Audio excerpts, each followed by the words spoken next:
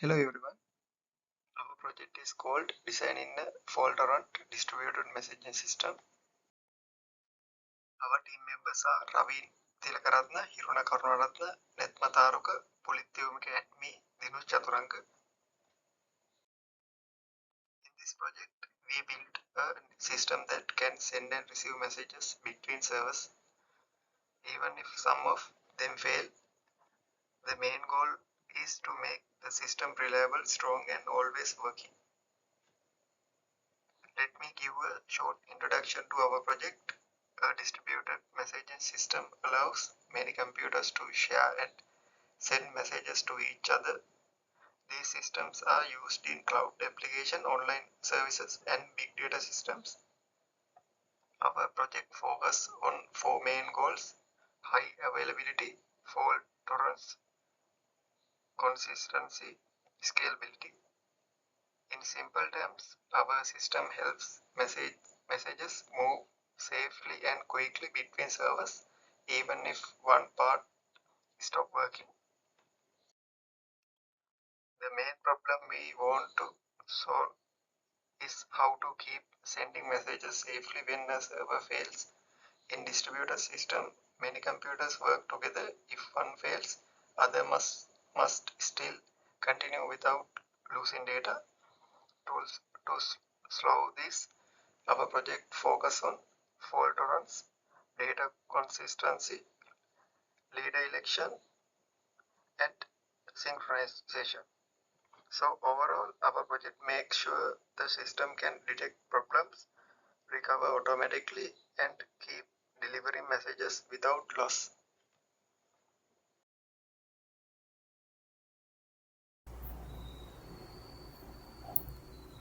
This is demo of project. As a first steps, we should run Zookeeper in our project in our machine. Then we should run this command in terminal.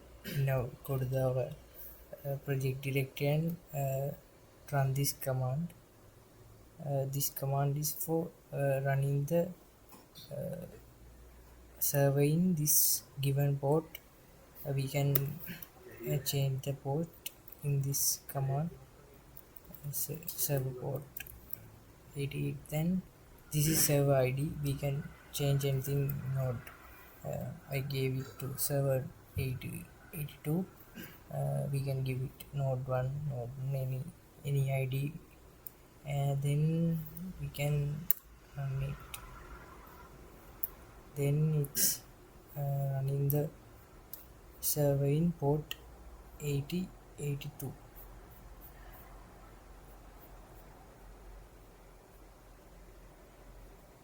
Yes.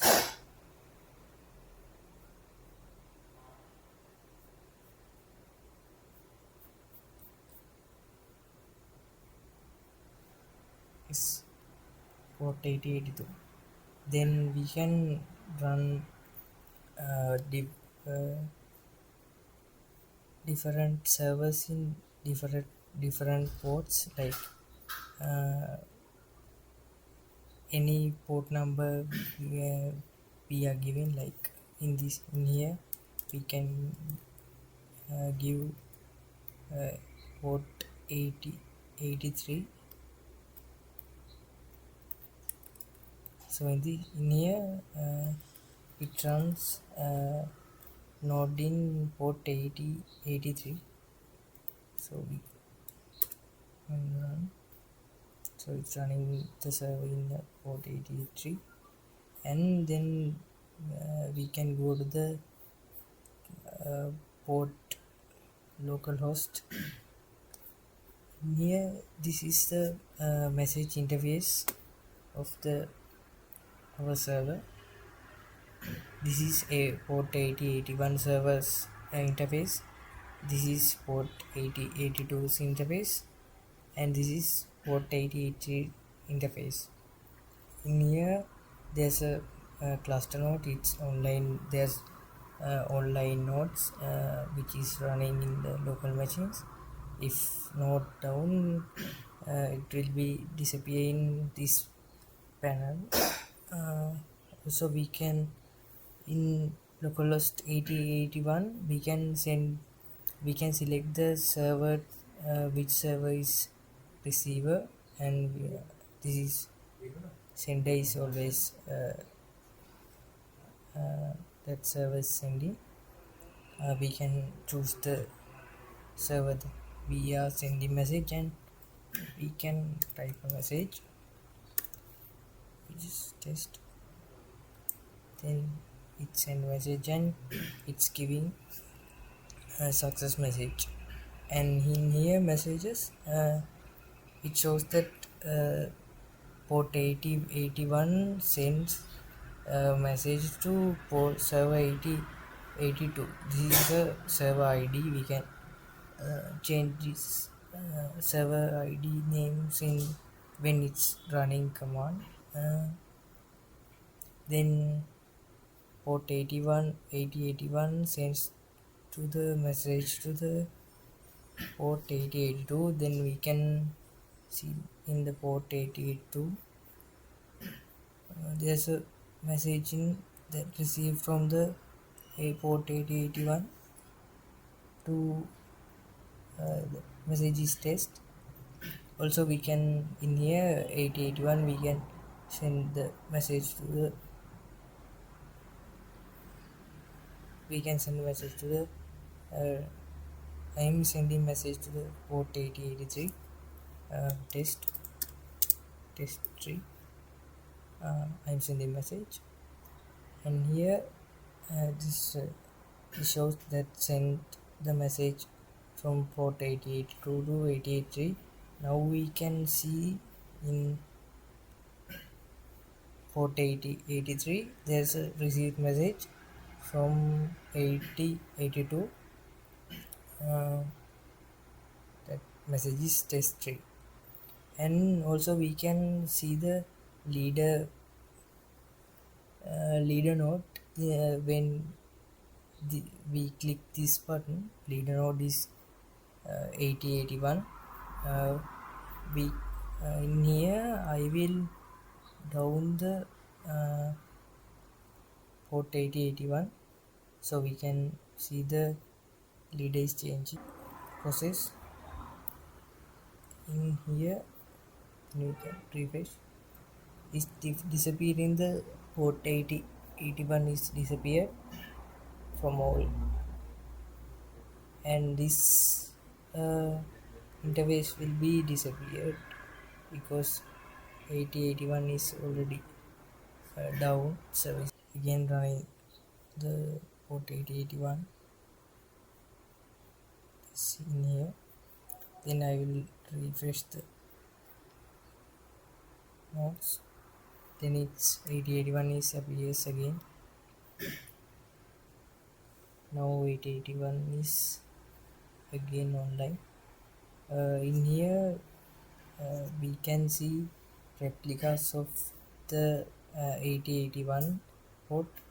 It's takes the replicas of message sending in 8082 and 8083 servers, and in here replicas 8083 and 8081. In here 8082 is replicas. Also this in here this show hard speeds, and we can broadcast the message to the whole servers in the servers network. I am broadcasting.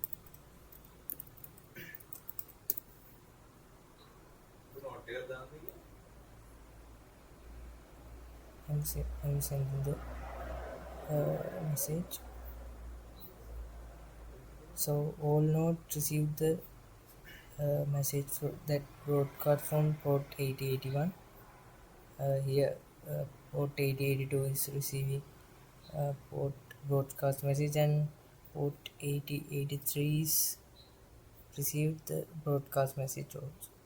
We can broadcast the message from each node to every other service also. While moving to the system architecture, zookeeper coordination.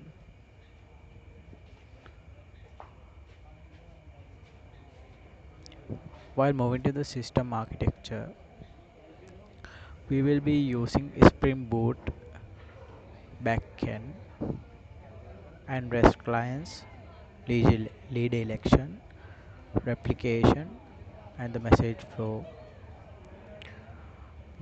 So the technologies used here are Spring Boot for RESTful microservices, Apache Zookeeper for lead election, membership, and forward detection, Java for co-implementation language, REST APIs like HTTP, JSON APIs for client-server communication, Micrometer for monitoring and matrices. So these are the objectives of our system: ensuring fault tolerance, providing data replication consistency, maintain time synchronization, achieve consensus and agreement among nodes, and enable scalability and reliability. So these are the member responsibilities we mentioned. So I'm not going to explain all of the responsibilities here.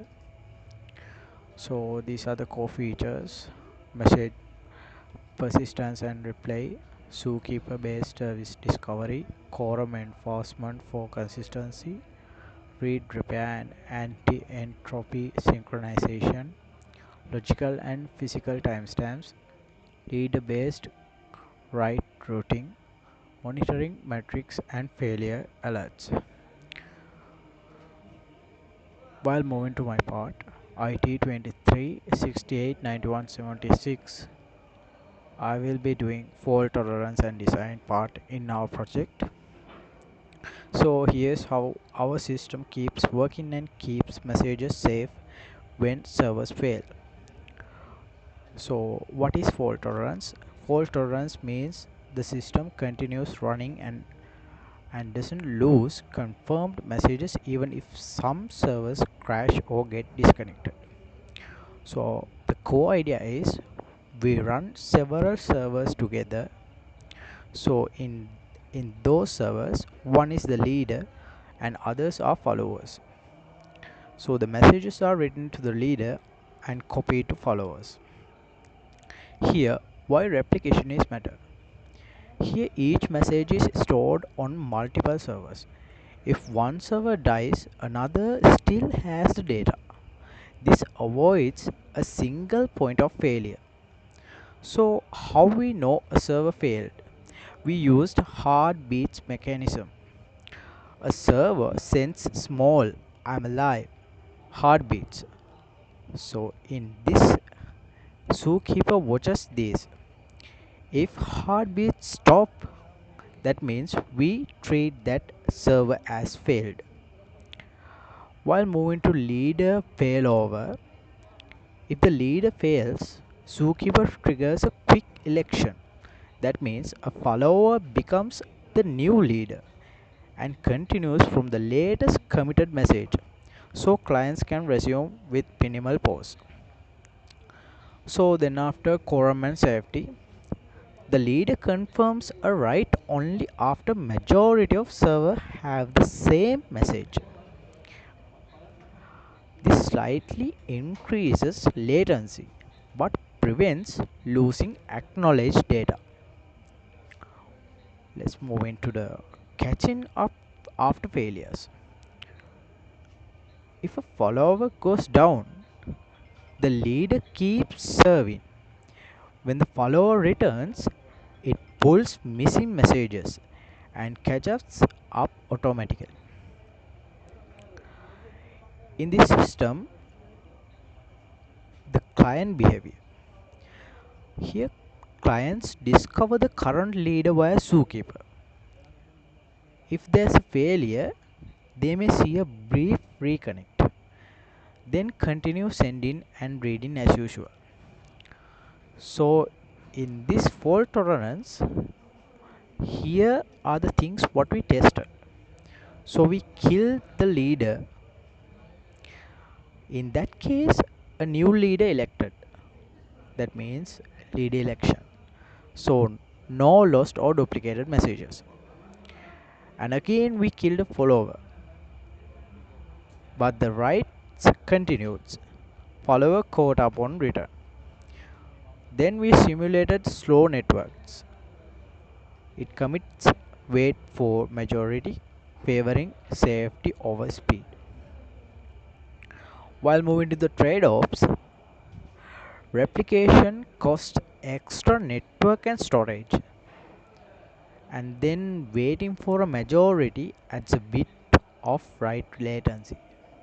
And then timeouts must be tuned to shorts. So the takeaway is multiple servers plus replication plus heartbeats plus fast leader election means a messaging system that keeps running and keeps your data safe even machine fail. Time synchronous is a very important in the distribution system. It help all server keep the same order of event. We use logic clock like Lampert clock to keep this order even if physical time is different.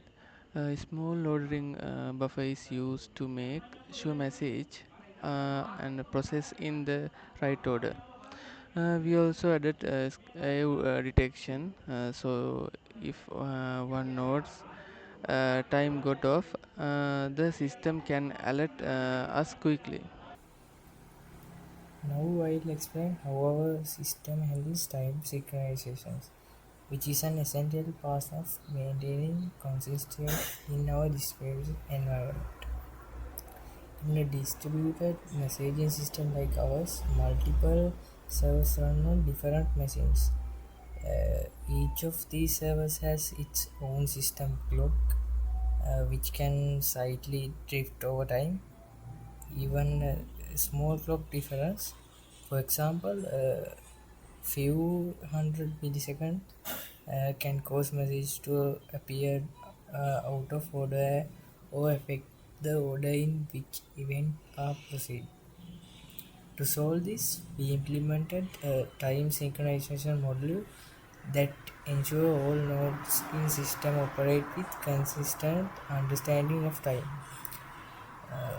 First, we used NTP network time protocol checks at startup to verify each server's clock accuracy. Uh, if any server's clock is significantly out of sync, the system logs a warning and can even block the writes until synchronization is restored. This prevents incorrect timestamping of message which we are sending and which we are receiving.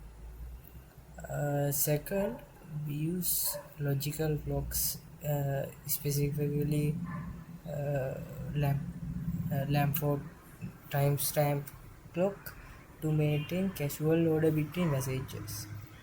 This means that even if two servers' physical clocks are slightly off, the logical timestamp helps to determine which event happened first based on message casualty rather than the physical time.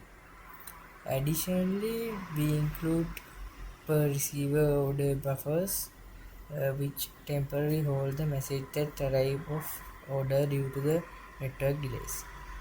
These buffer reorder message before delivering them to the client, and it's ensuring that users always see messages in the correct sequence. And finally, we record both the wall clock time and the logical time for every message. This allows us to detect clock drift, maintain accurate logs, and visualize message timeline correctly in our UI's logs. To make sure all our servers agree on the messages they store, we used a system called Raft with help from Zookeeper. Here is the simple version of how it works. And we have one special server called the leader. All new messages must go through the leader, and the leader saves the messages and copies it to most of the other servers. And once most servers have saved it, the leader officially commits the message and tells the sender it was successful. This major rule is very important if the network has a problem. Only the group with most of the servers can keep working. This stop different servers from having different data. We also snapshot to save space instead of keeping every single old message. We save a compact version. This helps crash server catch up quickly when it when it come back online. And we couldn't just hope we couldn't just hope the system was working. We had to measure it, so we tracked important numbers. We kept an eye on server health, and in this we check if all servers were alive and responding. And we measured how fast messages were being saved and copied.